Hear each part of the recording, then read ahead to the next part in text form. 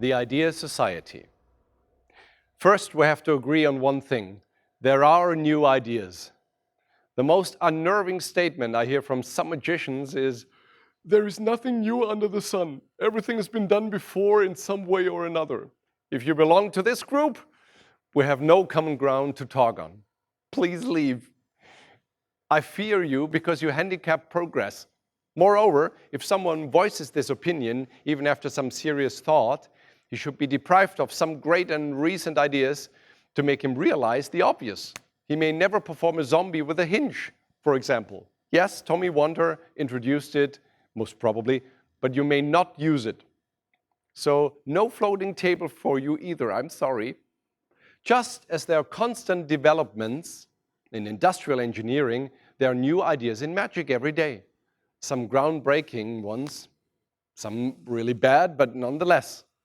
Claiming there are no new ideas is just another way of saying, sorry, I cannot think of anything new myself.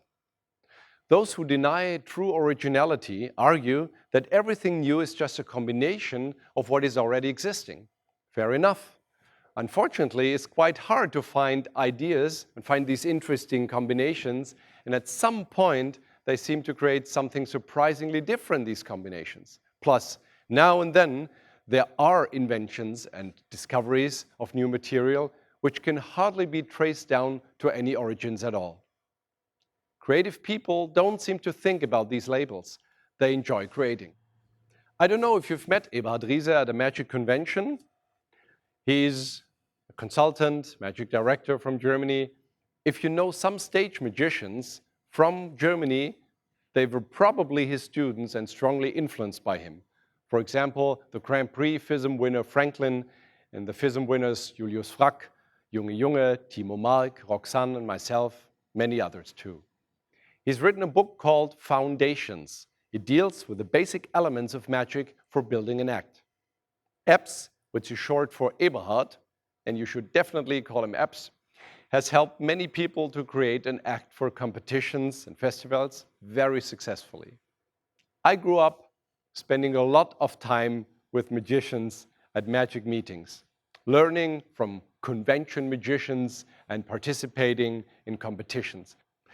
I have a system for evaluating my ideas in terms of originality. I call it the idea society. It's a very simple concept, and I hope you find it useful for analysis. Back in school, in the subject of history, we were introduced to a society model from medieval times. They had a pyramid, which was divided horizontally in 3 sections. C was the poor class, like peasants and so on. B was specialists, carpenters, smiths, and so on. And A was the privileged class, the clergy, political leaders, etc. The number of people represented by the levels became drastically smaller towards the top. My idea society follows this division into A, B, and C levels. C is an old object with an old technique. Old in this context means it is common in magic and has been used many times before. It is seen as conventional, maybe even traditional, the type a magician would usually choose. For example, billiard balls using half shells. B is a new object with an old technique. For example, CDs using coin or card techniques. A is a new object with a new technique. For example, CDs using techniques which can only be done with CDs. Of course, originality does not only come from looking for new objects as a magic prop. It is just one possibility. Another way is looking for new effects with conventional objects in magic. This is done successfully every day, and it's a variation on the B level in my thinking. Old object, new technique. New effects are possible with this concept. It is easy to find examples for level C. That's our magical heritage. Linking rings, snowstorms, dancing canes. B material is very interesting and can be achieved by anyone, transferring existing techniques to a new prop. This is not very difficult. In my understanding, the B level should be our standard goal. It keeps magic alive. Some may argue that a new object does not necessarily improve the magic effect. After all, who wants to see billiard ball moves with potatoes? Of course, but I do not think the best objects for magic are already on the market and nothing new can be added. The current FISM Grand Prix winner Shoma uses mobile phones for his manipulations.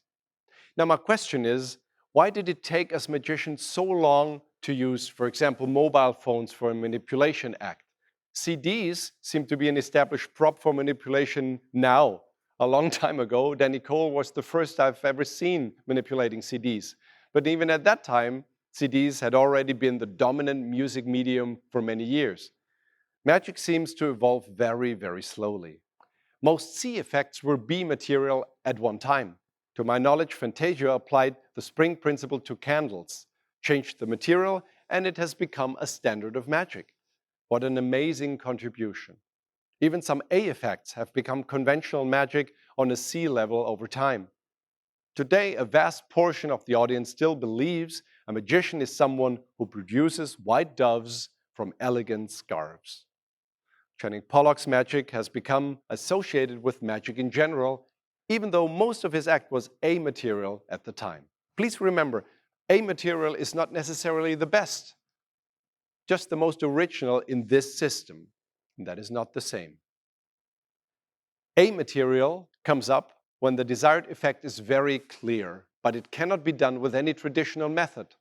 It's when we have the field of conventional magic and look outside for solutions. Typically, for A material, a non-magic specialist is asked for advice on a certain problem, and he can suggest a new way which is maybe common to him, but unheard of in the magic world so far.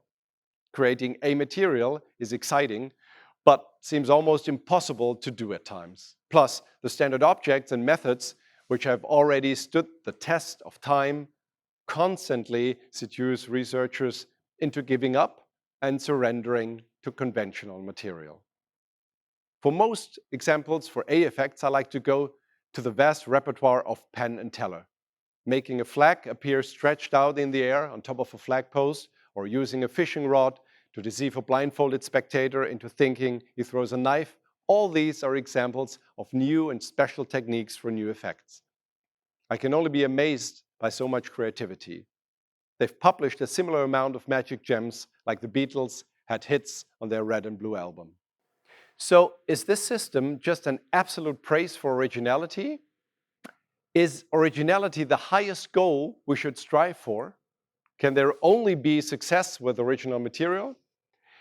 I have to say my thinking has changed fundamentally since my competition days. Today, I'm still working intensely on original acts and concepts. After all, these are my roots in magic. My first manipulation act is the basis for my artistic and professional development. It provided the knowledge, the contacts, even the financial basis for my career. And this was only possible because of the act's originality. For magic competitions, originality should and probably always will be the most important aspect. That's why I will be internally grateful to Eberhard Riese, who suggested most of the ideas in my first act and planted the seed of original thinking. However, I've come to realize the limitations of originality. I'm not striving for originality alone anymore. What are the limits of originality? There are a few painful truths. First, the general audience is not an expert on the history of magic. They can tell if they have seen a trick before 1,000 times, yes. But if it is new to them, they cannot tell if you yourself have invented it and developed it or somebody else. They hardly care. As in comedy, they don't really care if you have written it. They just care if it's good or not. TV comedians can even mention their writers. The audience does not appreciate the performer any less. Unfortunately, originality does not always mean it's better than a classic. Don Wayne pointed out he would rather like to see a classic subtrunk performed well than a bad original illusion. Really finishing a material so that it can compete with a classic of magic is an unnerving challenge. So for some performers, classics are the better option. And maybe the most irritating truth of all is that originality does not necessarily lead to commercial success. An overwhelming amount of examples in the world of industrial marketing proves this fact. There are illusionists today who have no original material, but they're great performers and even greater businessmen with impressive public success. Certainly, originality is a factor for success, but not necessarily the most decisive in the world of entertainment. From television, we're probably most familiar with the concept of target groups and formats. But it exists in all fields of entertainment, of course. All magicians have target groups, like the public, layman, who cannot really evaluate originality historically. They want to be entertained and fooled first and foremost. Commercial bookers, agents who know and care about originality, but they also highly appreciate economical aspects, affordability, PR value, popularity, etc. They're more interested in what sells than in what's original. What good is an original idea if it doesn't fit into the format we work for? The performance may not be suitable for television and vice versa. So, in conclusion, the success in front of our target group in a particular format decides about the practical value of an idea, not only its originality. Presentation may be a much more decisive factor. Recently, I enjoy performing C material piece very much. There's no new moves, just an original comedic concept, but I really enjoy it. It's the card percussion act. Rock music with a deck of playing cards. Yes, it's possible. It's the only instruments I can play. Cards. I play a classic. You can sing along if you like.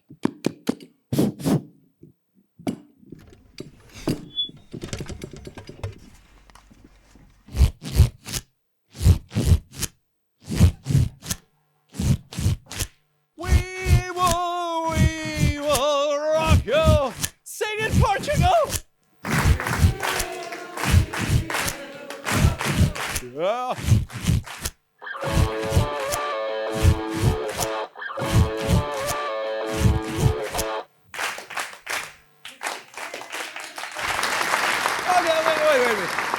I have to play some more rock music. I can also play the guitar.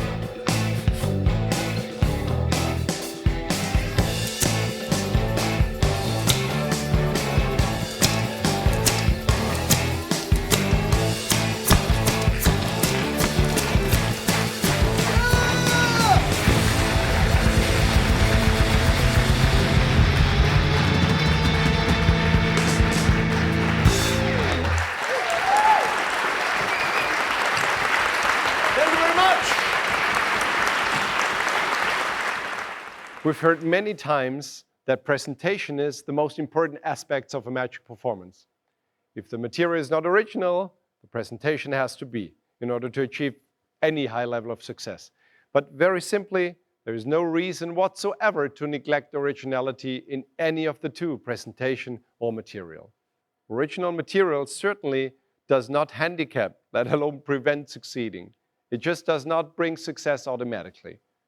Success with original material is harder earned, but maybe it's lasting longer. Even if it's just for the sake of the art, don't we want to contribute to what we love so much?